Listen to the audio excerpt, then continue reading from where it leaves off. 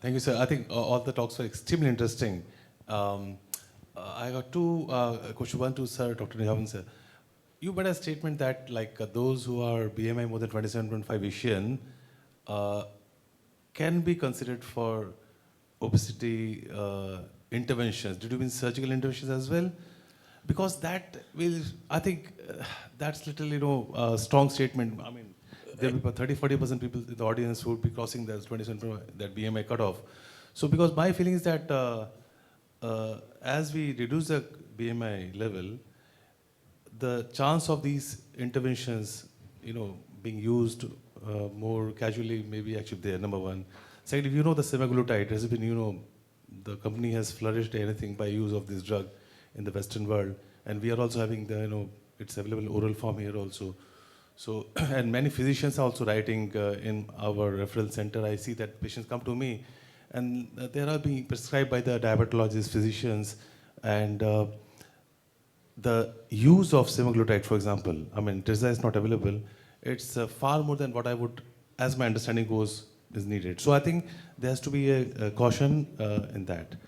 And second question was to Zacharias. Now, we all agree that liver biopsy is, Now, Dr. Sandeep, you want to answer that question? Yeah, sure. Yeah, actually, I mean, the BMI, which is cutoff of 27.5, actually it is meant for a less invasive procedure than surgery. So maybe the higher BMI rates are required for a more invasive procedure with side effects.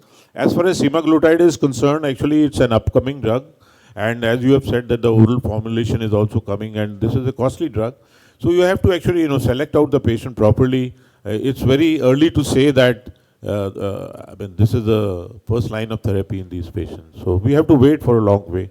But the tirzepatide which is coming there, the study by Dr. Loma, it has been published last month only, in which actually it has been shown that it not only decreases steatosis inflammation, but also one stage decrease in fibrosis is also there. So there are upcoming drugs and we should be actually hopeful enough to get, because the advantage with the drugs is that they are, I mean, you have to take a drug. If you are taking a drug for hypertension, diabetes, why can't you take for obesity?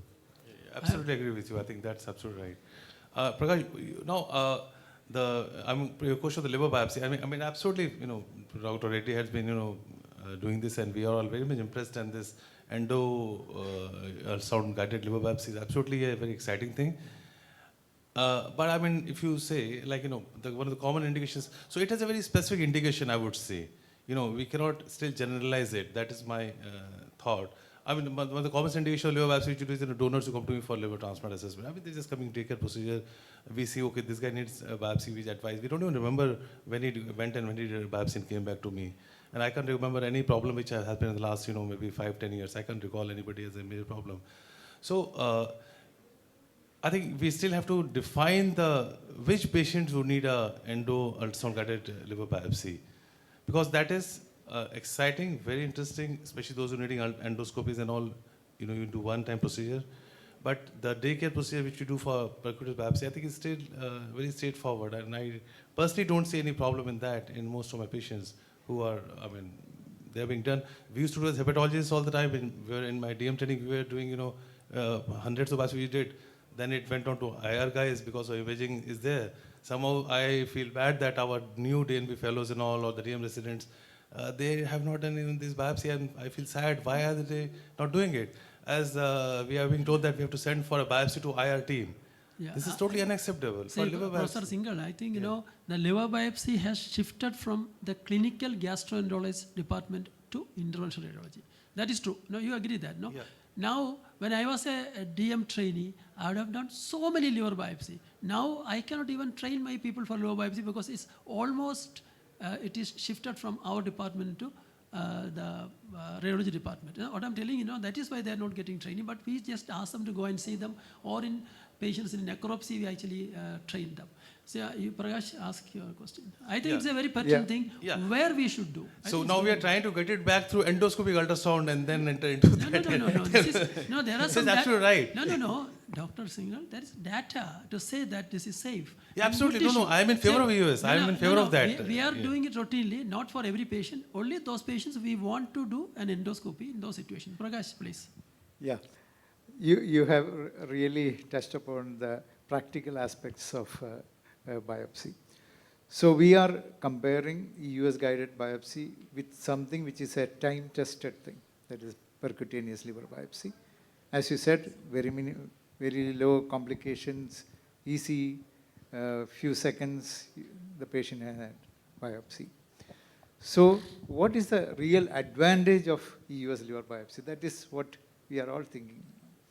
So the advantages, if you look at it, if you are much less compared to if you are going to do it in every patient.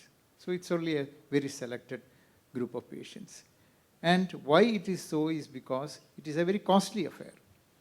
So compared to percutaneous biopsy, it is a costly thing. That needle is going to cost you the US and the anesthesia or deep sedation. So all this is going to add to the cost. So something which could have been done easily, it is going to be a costly affair.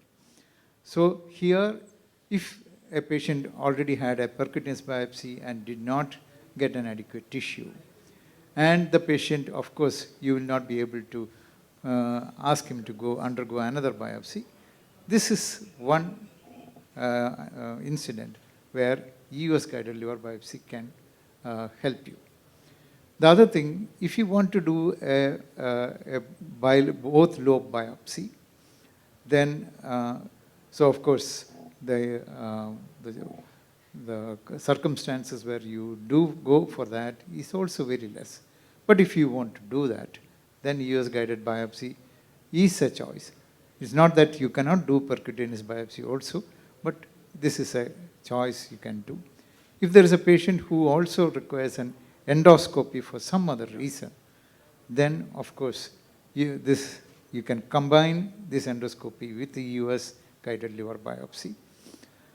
Pain, which people say, it is just if someone is very apprehensive and they does not want to have any pain during the procedure, US guided is an option. But you can also give sedation during a percutaneous biopsy if you argue for that. Yes, that is true. No. But US guided biopsy is also a possibility where you can. Prakash, okay. So, Vikram, you want to add something on this? Yes, Dr. Sehgal, actually I think the indications and contraindications for US and percutaneous liver biopsies remain the same. The contraindication, the coagulopathy, ascites, we are not obviating it we are not competing with transjugular liver biopsy, which is a different ball game. So indications, contraindication remain the same. The reason is that even the IR people have moved on. Now, if we want to do a percutaneous liver biopsy, I have to be very confident with ultrasound guided biopsy. It is no longer a blind biopsy. Yeah. Their needles are also now full core liver biopsy, being the standard being a biopens needle. So the problem is actually that we have not educated ourselves in hepatology to use transcutaneous ultrasound. We have lost that skill. How many of us can actually do a transabdominal ultrasound? And since our residents are not comfortable with transabdominal ultrasound, they are not comfortable at using needles under transabdominal guidance. I think the reason is that. There is no role of a blind biopsy, I think. Vikram, I think the time of blind biopsy is gone. Even in gastroenterology, we have been doing ultrasound guided biopsy from 1992 onwards. Whenever we started doing biopsy, not in DM time. I agree, not in DM time. When I started practicing gastroenterology, we always do an ultrasound guided because in our center it is already trained. But sir, you know ultrasound. Yeah. Now the problem is in hepatology curriculum, we should have a transabdominal ultrasound of the basic rudimentary, and then you will not lose. I think that is the right point. I think that is mandatory. You remember in 2018 IST conference, there was a counter for training ultrasound for people. Pradeep, last question. Sir, but the whole problem, sir, one comment here is that... Very brief. Yeah. As per the law of land, sir, by the PCP and DD Act, you're not allowed to do an ultrasound, sir. I don't think I do ultrasounds every day. No, that is wrong. And that's okay. Sir, actually, sir, in small states, small places, it's not allowed. Number one. Number two. No, that is actually true. What you said is in North India, it is a big problem. Big problem in Northern India, yes. sir. No, in South India, it is possible, but only thing is we are restricted to give reports. We are not supposed to give reports. the gender No, program. I don't think so. Sir, and a small question. Yeah. I run 3 ultrasound machines in my department. Right. I have my own ultrasound machines. I do transabdominal. We do take a PNDT certificate, but then nothing, and I have to make a statement that I am not doing a sex determination. Yes. Fair enough, but beyond that, nothing is restricting me from writing on my OPD slip what I have seen on ultrasound. I still do it every day. AIMS does it, all the teaching Sir, and, institutions do one it. small comment, sir, Professor Najavan, sir. All the data are coming from the West regarding the drugs, which are being used for anti-obesity. I was just discussing with, Dr. Vikram also just a minute back. Do they really use the drugs there, sir? Because in America, the clear-cut cause is that the amount of consumption of the cold drinks which they are having, sir. The obesity is more in the West than in the East, sir. So do you really think that these data have got any meaning behind it with the drugs which are really coming up on day-to-day basis? So Pradeep, No, I think no, for obesity, India is also not India bad. is not, India is also worse for that. No, we are not back. We are following the footsteps. That's the only Yeah, thing. agree.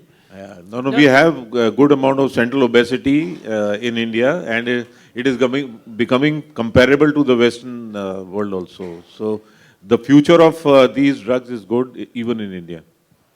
I think we had a wonderful session. I asked Dr. Roy to conclude. All the speakers did so well and very clear. There are actually, I had some questions to Vikram, but I will ask him personally later because no time. GNMISH is staring at us.